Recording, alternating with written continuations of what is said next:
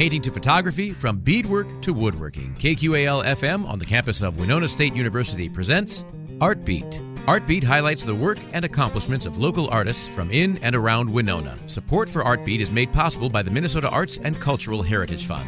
Today on Art Beat, we talked to director Greg Ivan Smith about his 2 short films, Glasgow and Hummingbird, which were shown at this year's Frozen River Film Festival. We talked to Greg about each film, asking how he came up with the idea, what they were about, and what it's like to have your film shown at the festival.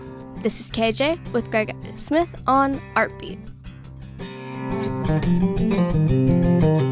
So, can you tell us what the film is about? Well, Glasgow is it's about a group of students in 1974 who are freshmen at a fictional college called Kane University, and they are researching the history of the university for a sort of school-wide project.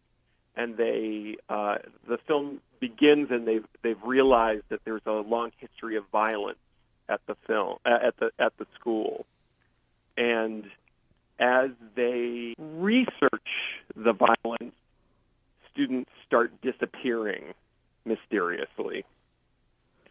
And so it's essentially a 70s horror movie with a twist, I hope.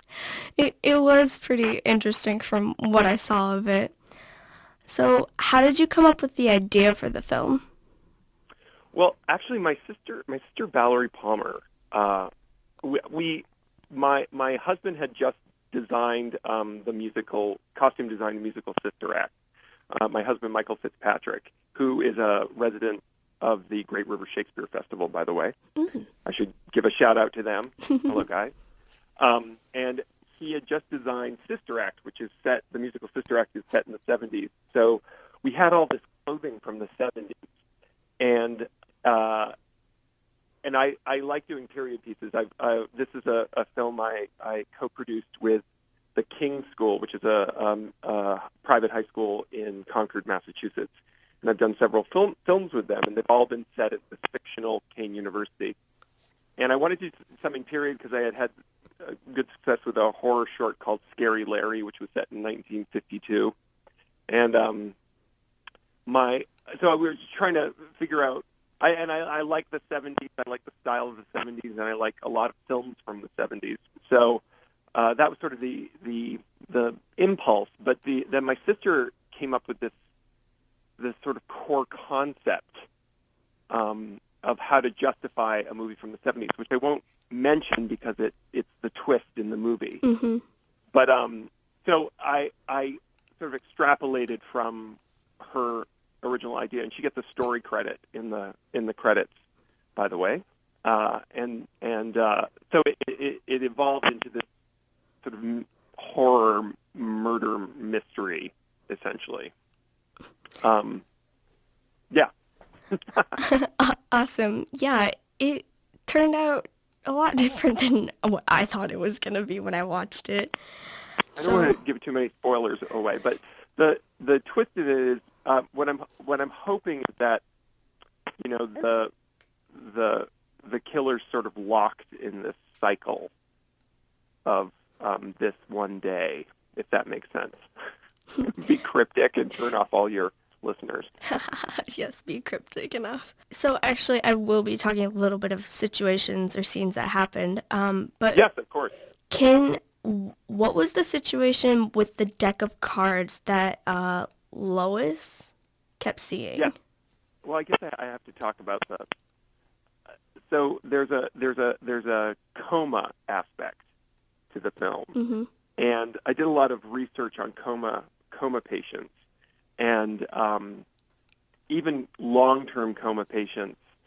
They believe that with some coma patients, information can get in to the whatever is active in the brain, and so there was one coma patient I researched had been in a coma for almost 20 years and had been in a coma during 9/11.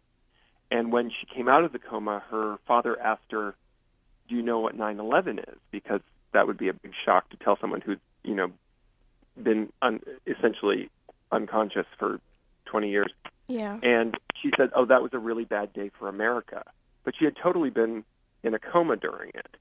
So things get in, like maybe there was a TV on or a radio on in her room, or people in her, doctors and nurses were talking about it sort of over her. So that idea was really interesting to me. So there's a repetition of the playing cards, and at one point they turn into like a pack of Marlboro cigarettes. Mm-hmm. Or not, they're not Marlboro. I very definitively hide the label. But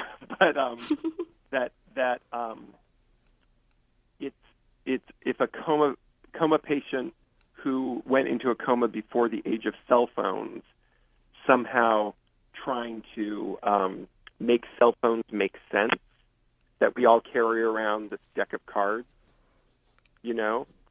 and put it up to our faces and hold it in our hands all the time. So it's sort of the coma patient doing the math on, like, what could it be? Because there are also instances of coma patients who spend hours with their eyes wide open but are still in a coma. So the idea that visual information is getting in and audible information is getting in, but that they don't know necessarily what it is. Like when I was a child, it was way before cell phones. So it would have seemed like something from Star Trek for me. So it's like the brain kind of justifying it or rationalizing it, rather. If that makes sense. Yeah, that. And you'll notice it always comes. The playing cards always somehow interact with the overhead announcement. Yes, the intercom announcement. Yeah, I kept hearing that throughout the film, and I was like, "What is it saying?" It was annoying me. And it's it's revealed that it's the it's basically the intercom at the hospital. Dr. Latimer to surgery or whatever it's saying. Yeah, special care. It made so much sense at the end. I know. I totally understand for people that it is potentially an incredibly confusing thing that goes on there. And yes. What I'm hoping is that a second watch. I've had people watch it once and say, like, what the heck just happened? And then watch it again, and it all the pieces start falling. My hope is that it rewards close inspection, if that makes sense. Yeah, that definitely makes sense. So you kind of talked about how you researched coma patients. Can you explain what a Glasgow coma scale is? Yes. So there's a methodology with which doctors sort of rate a level of coma, and it's. I'm gonna forgive me, any doctors listening, but it's something. I used to be able to say this all verbatim, but I think it's a scale of 1 to 15, and 15 is like you and I right now. We're at a 15 because we're talking and we're awake, presumably, unless you're really good at talking while in a coma. And then 1 is totally brain dead, essentially. So the lower the number, and it's 3 levels. I think it's eye movement and sensory. They do sort of like pinprick pain, registration. If if someone came by and stabbed you with a little, a thumbtack, you'd twitch away. It's that kind of thing. And the third one is, I think, is audio. Like, if I call your name, is there a facial movement? Or I think those are the 3. Visual. And so it's a scale that goes from 15 to 1. And the higher the number, the better you are. And you could be a really low number on the one of them and high on the other one. And I think it can also change. So when people are coming out of comas, the numbers go up. Like it did in the film. Yes. It makes so much sense. And as the numbers go up, more more information that from the outside more world. Anachronistic information from modern times leaking into the film. Very clever of you. Spoiler alert. Spoiler alert. So much spoilers. We'll just say spoiler alert. I know. Was there a reason that in the film it mentions them going to visit Glasgow? Because that also is a city in... Yes. So for me, that's another instance of the cop-out answer is that it's a coincidence that Sandra, that character, there's a Glasgow poster in the room that they have the big meeting in. But for me, it's also the patient sort of rationalizing this term Glasgow, which is being used as a Glasgow coma scale. Do you know what I mean? Does that make sense? Yeah, that definitely makes sense. Well, that's good to hear. I spend so many weeks editing and so forth, and that it's always a surprise when someone else actually responds. Understands? Yeah. The first time you see it, I'm really sorry I can't be there at the screening on Sunday for both films because I haven't watched them yet with a big audience, and it would be so much fun. It's always fun to make. I've had the experience of making 700 people scream at the same time for the film. It makes me really, really happy, or laugh at the same time. So that's very satisfying. So I'm really sad. So I'm looking forward to reports. I'm going to get all my Winona people there. I'll definitely try and report back to you if possible. Excellent. Please do. Yes, thank you. So last question about Glasgow. How did you come up with the idea to film certain scenes with an old camera? Oh, right. So, Michael Fitzpatrick, who did the costumes, he also did the art direction, and we happened to be able to film in a building that was constructed around the year that it took place in. So it was this big 70s building, and we didn't. The art direction, the big art direction, like the color schemes, like all that sort of harvest gold and avocado green and orange and stuff, were already in that library on campus. It was like the model of the campus. It was sort of like under glass, like it hadn't been updated in years. And I am personally tired of found footage horror films because I think we've had a couple good ones, and I think maybe we need to let it go. But I liked the idea that there was. I needed a device in which the present day younger brother of Sandra could know what had gone on. That there was a record of the evidence of the crimes that had been committed. And the logical early 70s version of that is a Super 8 camera. And it was really fun. Like I bought a working Super 8 projector on eBay or on Craigslist or something, and we had a working camera, and the footage we shot was actually shot with an iPhone Super 8 app. And then I doctored it a little bit more to add to it in the sound and stuff. But I like the quality of it, and I also like it. I like the idea that the Caroline, who's is the actress's name. I can't remember the character's name. She's the filmmaker. Mm-hmm. I very encouraging of female filmmakers, and I wanted an early 70s female filmmaker. But when the killer sort of adopts the camera and starts recording, it's so creepy for me. And I love that idea that we have both this very antiquated but beautiful 70s recording device interspersed with, our 4K beautiful HD film. And when we tried to shoot it in a way that looked like a 70s film. So the colors are really saturated in a specific way, and there are lots of shots that we did on what my amazing director of photography, Tim Joy, called closet dolly, which was basically a little cart on wheels, and so it gives it a little bit of that shake, because this film wouldn't have been Steadicam, No, where it would have been really smooth. It's all a little bumpy, which I like. There's a roughness to it that I'm hoping comes across as 70s. Yeah, it did come across. It looked like you were really filming from that old camera. Oh, cool. That's great. Which is amazing. Yay.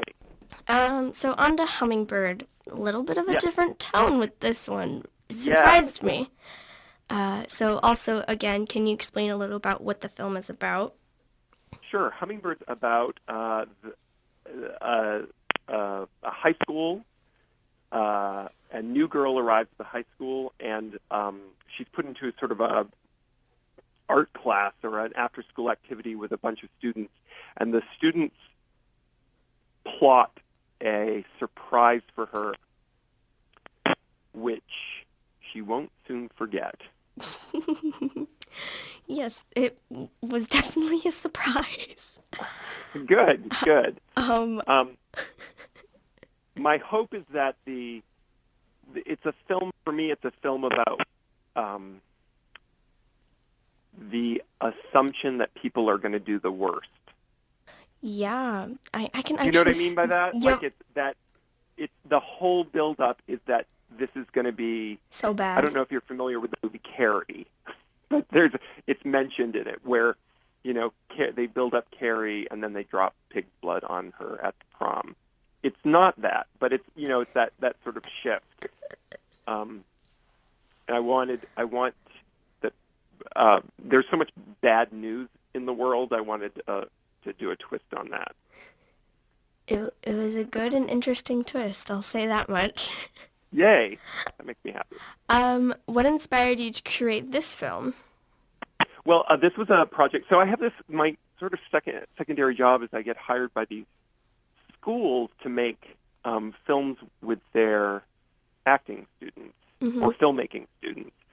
And so we did this one. This is the second film I've done with the King School in Stamford, Connecticut. My friend Mark Silence hired me to do that, and he works in the theater department, as my friend Tom Kane did at Concord, in Concord, Massachusetts, with Glasgow and the other films I've done there. And so what happens, the process that happens is in the spring I meet the kids who are going to be part of the film, and then we film it in the fall or the winter, and then I edit it and so forth after that. And so I write a script that's inspired by the kids. I sort of interview them, and we do on-camera workshop acting classes and so forth, because most of them have never been on film before. And some of the students are budding filmmakers, really good. And so if you're not acting, you hold a boom mic for the next scene. Everyone's working the whole time, I hope. So I think this Hummingbird came out of I just was exhausted by the news. That it was just always so people being mean to each other on the news. Yeah. And that was the inspiration, and I kind of wanted to counter that in a surprising way. And these kids I get to work with are really interesting, and they're from very different. A lot of them are from very different backgrounds than mine, and so and I don't know the origami thing. My friend Mark, who also played Mr. Carpenter, the teacher in it, has always loved origami, and I love origami, but I had never really done it, and so I had this idea that was sort of the through line, and it kind of all developed out of that. I learned a lot of origami. I really know how to make an origami hummingbird very well. I can do it in my sleep. You can do it in your sleep. Yeah, I've never been able to do origami before, so seeing all of that done, I'm like, no, thank you. Yes, I made the students. They all have to do like 3 dozen each. Like in the actual film. Yeah, I can't make all of these myself. Awesome. So we kind of touched a little bit about it, or hinted at it, but why such a dark tone throughout the film until the end? Oh, I'm glad you asked that. It's the film is purposely desaturated and dark. I want to play on this idea that bad things are coming. So I didn't want to, and then when the end happens, it bursts into color, essentially. Mm-hmm. I think, if it was if Hummingbird was a sort of a horror movie, I would go even darker with the tone, probably. Oh, gosh. Like Glasgow starts really colorful, and it actually gets desaturated as it goes. Yep. Because then when we're in the hospital, it's very desaturated, the color scheme. So it's the same idea. I love the influence of color in film and how it can dictate the mood and so forth. So that was absolutely intentional. It's also King School is very in the hallways anyway, which is where it's a lot of gray. Mm-hmm. It was easy to keep it desaturated until it gets really saturated at the end. That's actually really cool. Yay. It's always interesting to see how color works into a film. I noticed that with how everyone was kind of wearing the same stuff, and then suddenly you see different colors, and it's like, oh, here you go. Yeah, school doesn't have a Dress code? where we shot it doesn't have a uniform, but they have sort of a formal wear. Mm-hmm. And so we decided that over the course of the week. Well, also it was a huge budgetary concern because we didn't really have a costume budget for that. Yeah. And so we just did variations on, like, this is what you wear on the Monday and the Tuesday and the Wednesday. And by the end of it, everyone was in their formal wear. So it was like formal, Friday formal wear. Interesting. So you talked a little bit about the hummingbird, but what is the significance behind it? Like, why did you choose a hummingbird out of everything? I live in Altadena, California, and which is outside of LA, north of Pasadena, and I have a hummingbird feeder. I love hummingbirds. We're not having polar vortex right now. It was 70 degrees 2 days ago, I hate to tell you. And I love hummingbirds, and I love the sound of them. And I didn't really have a strong feeling about hummingbirds until I moved to California, but we get them year-round, and I love them. And so I was trying to, for me, hummingbirds, for Darla, the main character, Mm-hmm. are this connection when she has that little monologue about how her dad, she's moved to this new school in this new town. And for me, it's something bad happened with her dad, because she has that monologue about how at her old place, they had hummingbird feeders everywhere. And then I learned that a group of hummingbirds is called a charm, which is so perfect. They make that sort of fluttery noise. I was going to imitate it, but I think it would be a mistake. But that sort of fluttery, buzzy noise. And also there's you don't, at least where I live, I don't see a huge group of hummingbirds together very often, and they're really even though they're all there may be plenty of nectar for everyone, they're very territorial, and they battle it out a little bit, even though they're like the cutest little cute monsters, like a lot of teenagers right now. Oh, so, yeah, definitely. You know what I mean? So it just made sense to me, and it's also I just love them. And also when I started researching the origami, it was a perfect fit because I really liked that shape. Yeah, it was really good. I never knew that a whole group of them were called a charm, but I knew some about hummingbirds because my grandma has a hummingbird feeder out in her house, so I sometimes see hummingbirds around, and I see how much they fight over them. Yeah, they're really mean to each other. Just wait till a bird comes in and steals everything. Yes, exactly. So why did you choose to start at the end in the beginning, then go back in time? I didn't notice that at first, but then after I rewinded it, I'm like, oh my gosh.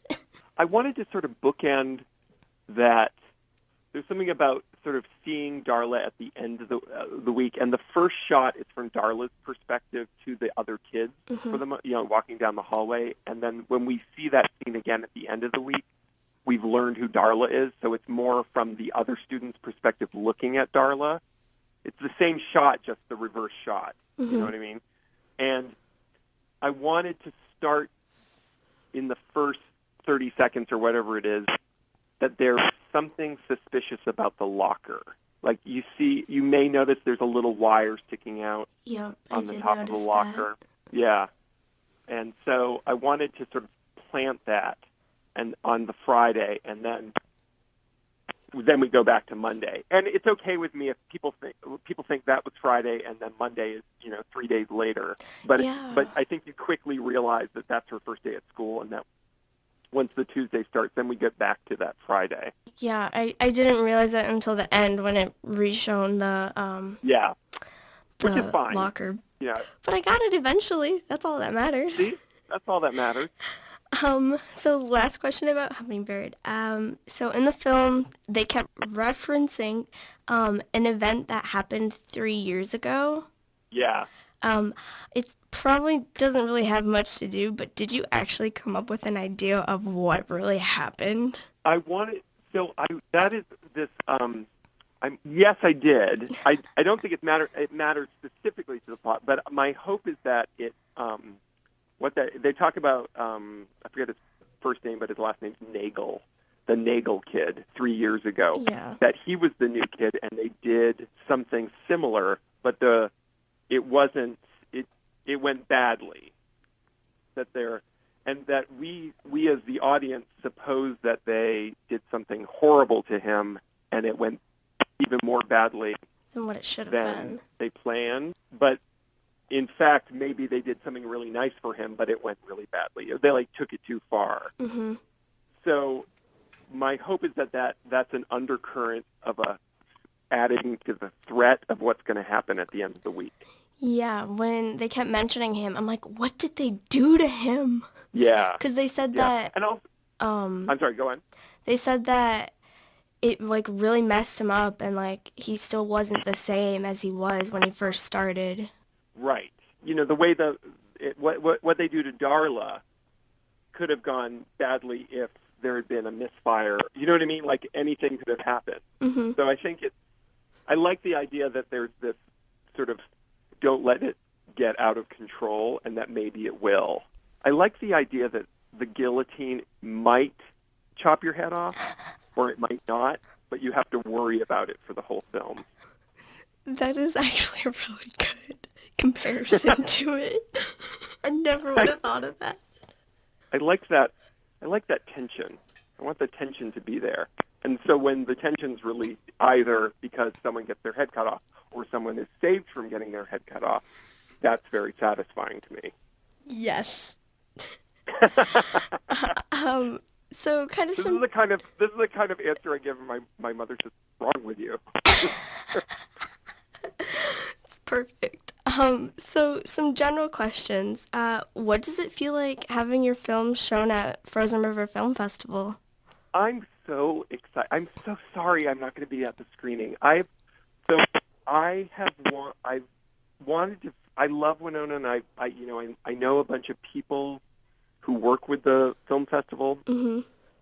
and this is the first. I'm really honored that my work is being shown at the first time they're doing narrative, because it's primarily documentary, and it always has been, correct?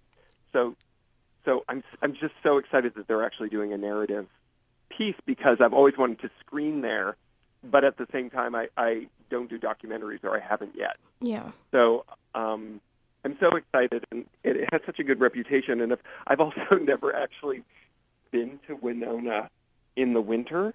Oh God. So I teach Shakespeare and work with the Shakespeare Festival.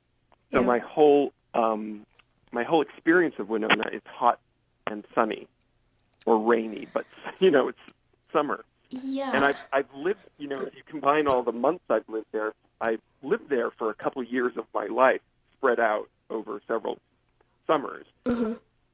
But I've never seen it in the winter, and so the whole it's all a mystery to me. And we get friends who send us photos during this past polar vortex. Yeah, be glad you weren't here. I know, but I'm curious about it. But I'm really excited about the film festival, and I hope they continue. I hope the narrative screening is really successful and that they continue to do it, because I would love to be part of it in the future. And it's amazing. I'm so grateful to Daniel Munson, who brought me on board, and I'm thrilled. And I got a nice email from Sarah, whose last name I can't remember right this second, who I think is the executive director, and I'm so excited. It should be interesting to see some of the other films that will be shown during the same time as yours, and just see kind of the difference between them. So it'd be really interesting to see them. Yeah, I love one of my favorite things is going to a film festival, and it's always exciting to see what your work has been paired with, mm-hmm. and to see if there's a common theme, and to meet other filmmakers and talk about process, and it's also really good to go to them because then you make connections, and so I'm really sorry I'm not going to be there in person. I just couldn't swing a trip to Minnesota in February. Yeah, that'd be kind of hard to do. So how long did it take to produce and edit each of your 2 films? It's about the same amount of time for each. I start writing. I meet the kids in the spring of one year, mm-hmm. The spring of, and then I wrote both of them over the summer. I think Glasgow was first on the schedule, so I sort of met those kids. Then I met so I would say it's about from meeting the kids to production, where we're actually shooting the film, is about 4 to 6 months, depending on where we did it. And then I was editing them both. I would edit a rough cut of one and then edit a rough cut of another to really sort of hurt my brain. But it took me about 3 months to edit both of them. After that, I love editing. It's one of my favorite parts of the process, but I'm not very fast. Yeah, editing can be fun, but then sometimes not so much. Right. Is there anything you want the viewers to take away from your films? That's a good question. I guess with Hummingbird, I would like the messages, be nicer to each other, I guess. And with Glasgow, I hope I scared the pants off someone. I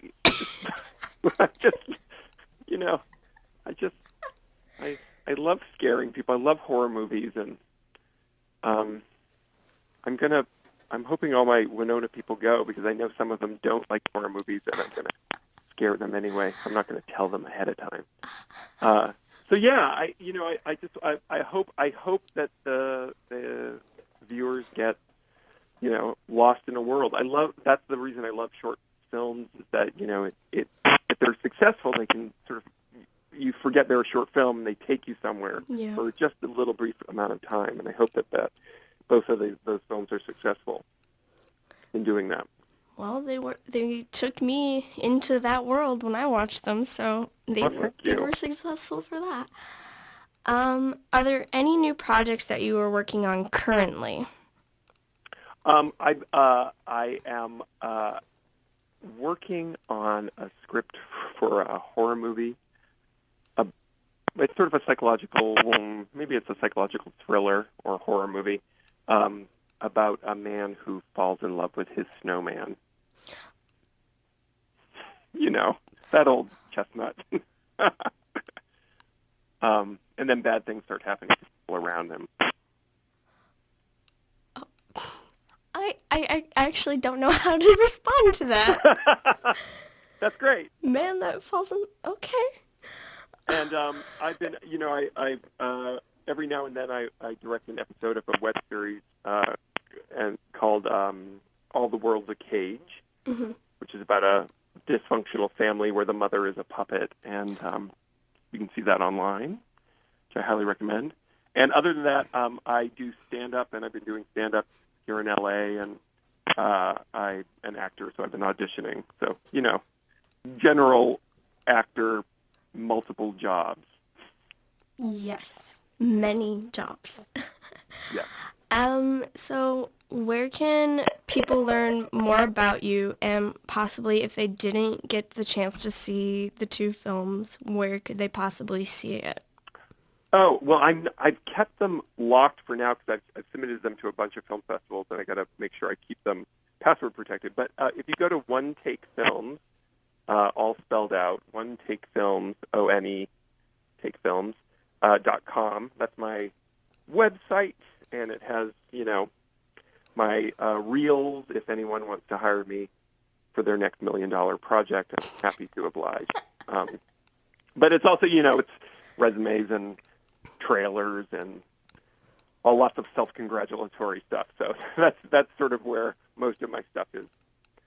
But if anyone has a specific request, they can contact me through that website, email me, and I'm happy to send people links.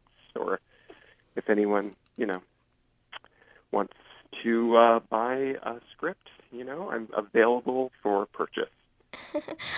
Awesome.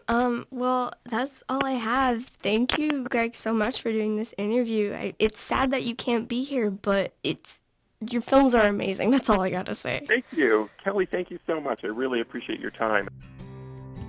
Thank you again to Greg Evan Smith for the interview. To learn more about Greg and his projects, go to onetakefilms.com. To stream tonight's episode or any other episode of Artbeat, go to kqal.org under Media Program Archives. This is KJ on Artbeat.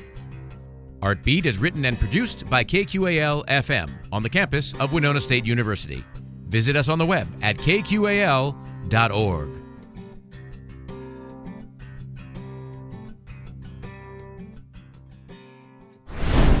Is art an important part of your life? Tune into Artbeat Tuesdays at 12:30 right here on 89.5 KQAL. Artbeat is made possible by a grant from the Minnesota Arts and Cultural Heritage Fund.